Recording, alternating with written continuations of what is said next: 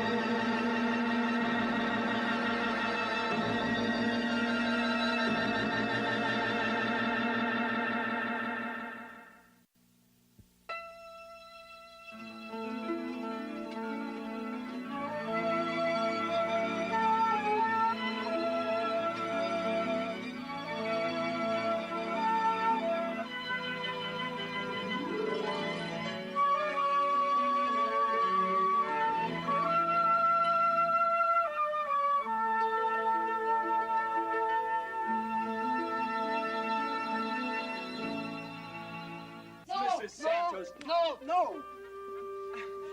Usted no comprende. El otro doctor estuvo aquí esta mañana. Look, if you won't let us take the blood, we can't do the tests. Y me sacó la sangre, me sacó galones de sangre, me dejó seca. And if we can't do the test, we can't find out what's wrong with you. Pero si ya yo no tengo más sangre para dar. Excuse me, Bucky. Pat, can you figure out what she's saying? She says somebody took blood already. Have you checked her chart? Oh, good grief. Doctor, él no comprende. Ya me sacaron la sangre esta See, mañana. Mrs. Santos, ya lo sé. He understands now. We're very sorry. Lo sentimos mucho. Are you feeling better this afternoon? Un poco ahora. Dr. Carter. Mr. González. Ese hombre, ese doctor joven es una amenaza. Sáquelo de aquí, por favor. Lo siento mucho, señora. I'll have a word with him. Yo hablaré con él ahora. Dr. Carter. Mrs. Santos, you registered to vote? ¿Está usted registrada para votar? ¿Está usted registrada para votar? Sí. Well, let me give you one of my brother's campaign buttons. My brother, Frank Ryan. Dr. Carter, I understand that interns are inexperienced. I understand that this hospital and our procedures are new to you. And I know that you're confused and frightened and exhausted. But what you have just done is inexcusable. Yeah, well, yes, ma'am. A degree from medical school is a fine thing, Dr. Carter, but it's no substitute for common sense. The first rule in this or any other hospital is that you'll never treat a patient before consulting his chart. Yes, ma'am. On my station, you don't even look at a patient before looking at his chart. Yes, ma'am. In fact, you don't even step into his room without... Checking his chart. Right. And when you don't know what a patient is trying to tell you, find someone who does. It might be important. Also, Dr. Ryan, it's against regulations to wear jewelry of any kind on your whites. That includes campaign buttons.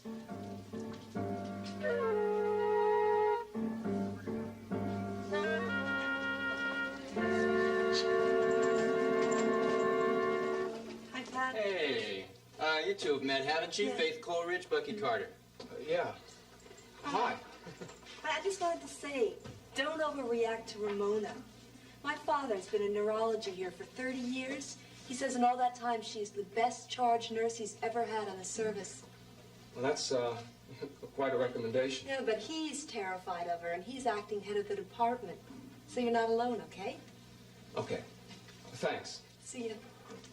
Bye, Pat. So long. That was so nice of her. Yeah, well, Faith is a nice girl. Oh, do you know her very well? We grew up together. Really? Our fathers have been friends since they were kids. She sat next to me at orientation, and I have spent the last 7 days following her around, whenever I've had the chance, at a discreet distance. Faith? Yeah, you just said she was nice. Well, nice is nice, but you don't follow it around for 7 days. I do. I think she's beautiful. Bucky, listen. Believe me, it isn't worth it. Worth what? The effort. What is it? Faith isn't. Well, maybe not to you. No, but there's nothing there. I mean, after the effort, all you've got is nice. What else do you want? Look, I've been doing a little survey of some of the younger members of the nursing staff, and I think there are 6 or 7 real possibilities that deserve immediate attention. So why don't we take this stuff down to the lab and then look for some company for our coffee break? Pat, I understand what you're doing, and I appreciate it. I really do. But if you're going to go to all that trouble, do you know what I'd really appreciate more than anything else? I'm afraid I do. The person I'd really like to have coffee with is Faith Coleridge.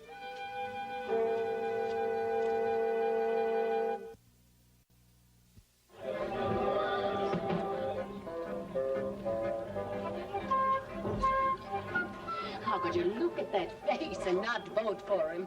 At least twice. Hey, take this and put it up in the window so as not to disturb your plants. Oh, you're a good and thoughtful man, John Ryan.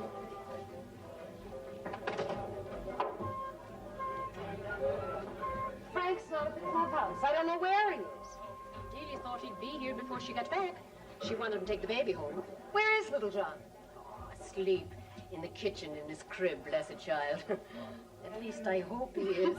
Will you take a look? Sure. Mr. Ryan, That's right. you remember me? Jack Finale. Oh, yes, yes. I haven't been up in Riverside in about 5 or 6 years, I guess. But I've seen Frank around town a few times. Yes, he's mentioned that. Listen, congratulations. Alfred, would you go on outside and tell me that I got this in the right place? I hear it was a very effective primary. He won. Look, Mr. Ryan, I'm not up here to put the knock on Frank. Frank was a good cop. Nobody knows better than I do what this city owes its good cops. I've been interested in your son ever since I wrote that story about him and his partner. What was his name? Bob Reed. Reed. And the sniper on the hospital roof. And I've been following his career off and on ever since. So I was interested when he quit the force to run in the primary up here. And I was interested when he won. And I'd be interested in writing a story about this campaign. I see. You, think he'll be around this evening? Yes, he'll be here later. We're having a celebration here for him. Nobody seems to know where he is right now. I'd like to arrange an interview. Well, why don't you just call his campaign headquarters in the morning? It would save time if I could get some background. About Frank? And about his campaign? Mary, this is Mr. Finelli. You may remember him on the Courier. My daughter, Mary Ryan. I remember. Do we really know each other? I've seen you around here occasionally with Jill Coleridge. You must have been one of those little guys. Not so little. Why do you want to write about my brother? Now look, the two of you. I've written some stuff that's been critical of the police department. That doesn't mean I can't write an unbiased article about an ex-cop. Frank Ryan has himself an interesting issue up here. It's going to be a good campaign. I'd like to write about it. Now, until I can talk to Frank himself, it'd be a help if somebody would answer a few simple questions.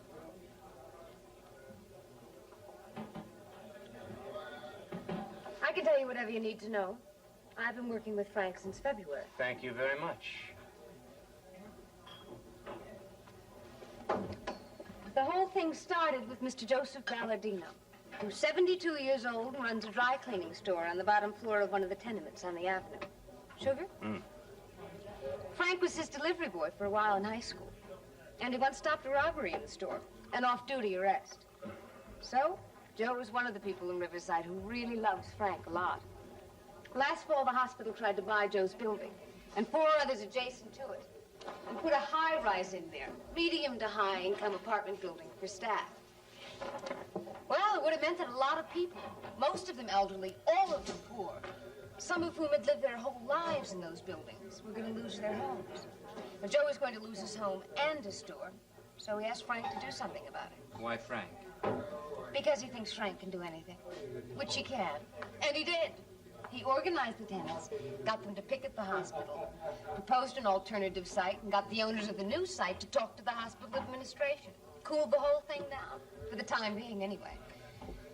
And 2 weeks later, Phil Carmody, who was the city councilman for Riverside, died. I assume Frank didn't arrange that. Frank was through law school. He didn't see any reason to wait. He was organized. He had a direct line into the community and a lot of goodwill going for him. He'd planned to go into city politics all along. So he resigned from the force and announced for the special primary for Carmody's seat. What sort of deal did he make with the district leader to get the party endorsement? No deal, Finelli. Frank Ryan doesn't make deals. Then what's he doing in politics? I don't think I can talk to you. Why not? You're doing fine. Because you're cynical and sarcastic, and I get the feeling that you're trying to set me up for something. Well, you're hostile and suspicious. And don't you know nobody gets elected to anything by abusing a member of the press? Okay, Finelli. I don't know whether or not I can make you understand Frank Ryan, but I'm going to try.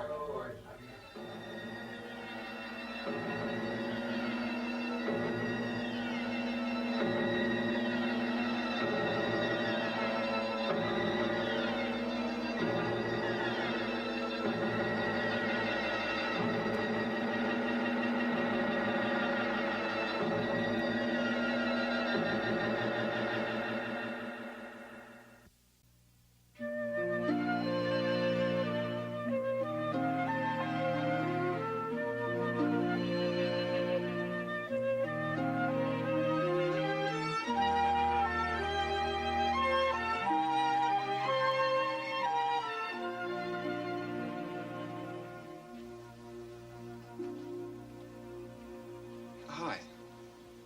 Hi.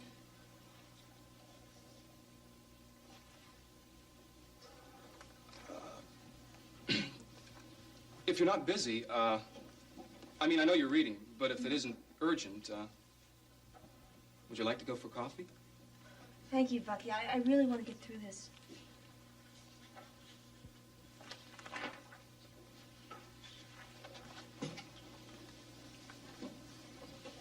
What you got there? Acute surgical treatment of skull fracture. Oh. Why?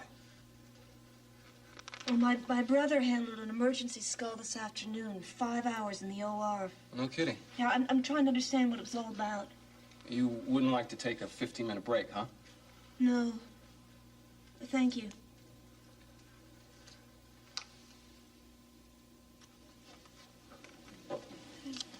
Faith, that's really alarming.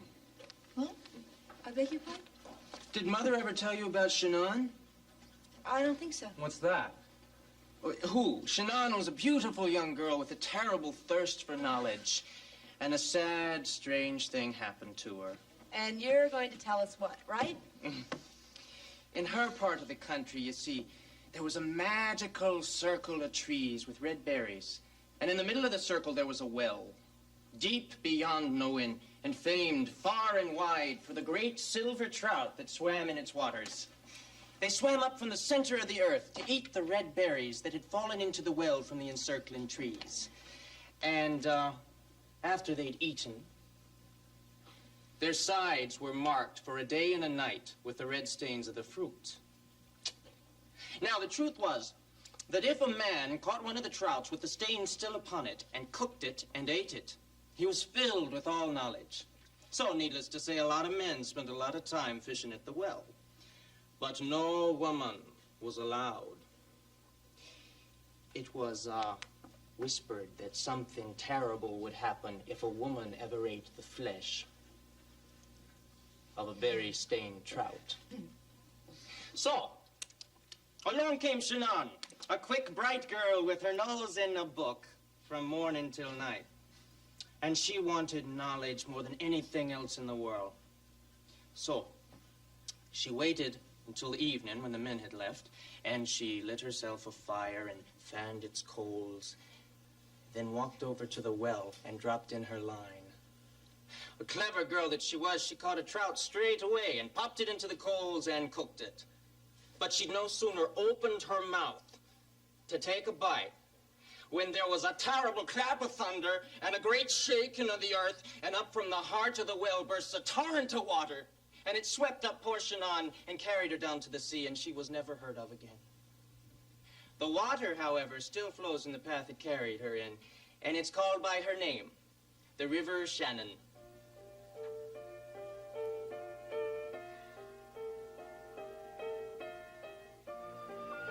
You know, that is really a terrible story. Keep those little girls illiterate, right? Well, that's not entirely the point. It makes me sad. Bucky, thank you for the invitation. Some other time, okay? Oh, sure. I'm sorry, old man. I tried my best. I loved it. I think she just wanted to read. Bucky, it isn't worth the effort. You off duty now? Yeah. Good. I'm due for a break. And I want to catch up with my brother. Come on. Now, where are we going? Come on. Oh. Miss Gonzalez, I'm off until 6 o'clock. I'm going to take Dr. Carter across the street to my parents' place. We'll be back in a half hour or so. Yes, Dr. Ryan. There's always somebody over there to have coffee with. You can meet my parents.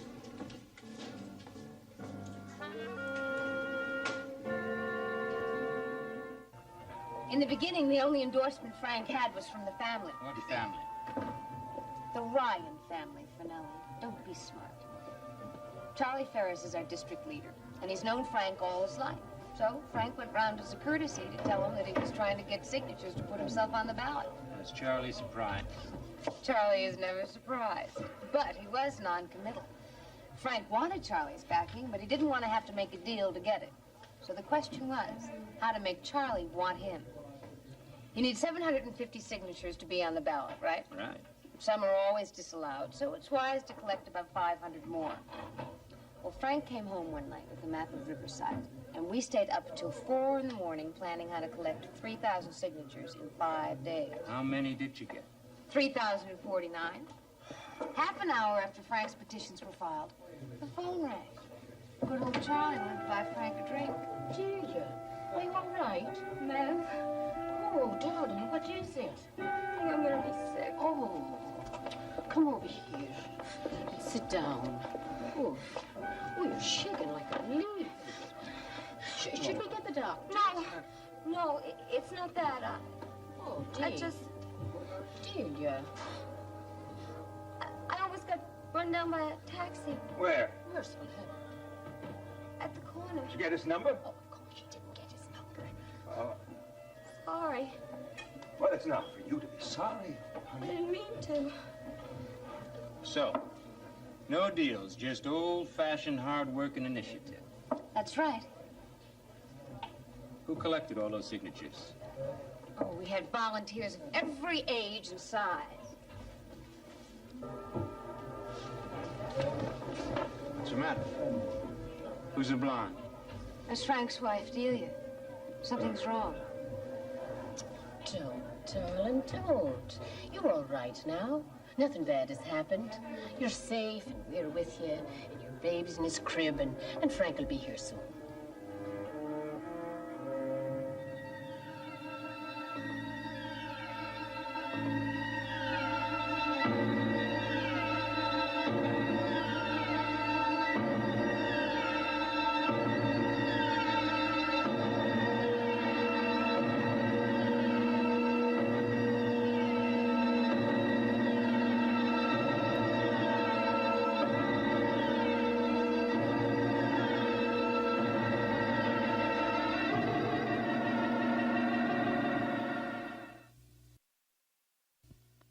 In Port Charles, revenge is a priority, relationships are disposable, and good medical care is a necessity. Keep up with this fast-paced city with an all-new episode of General Hospital, weeknights at 10 on SoapNet.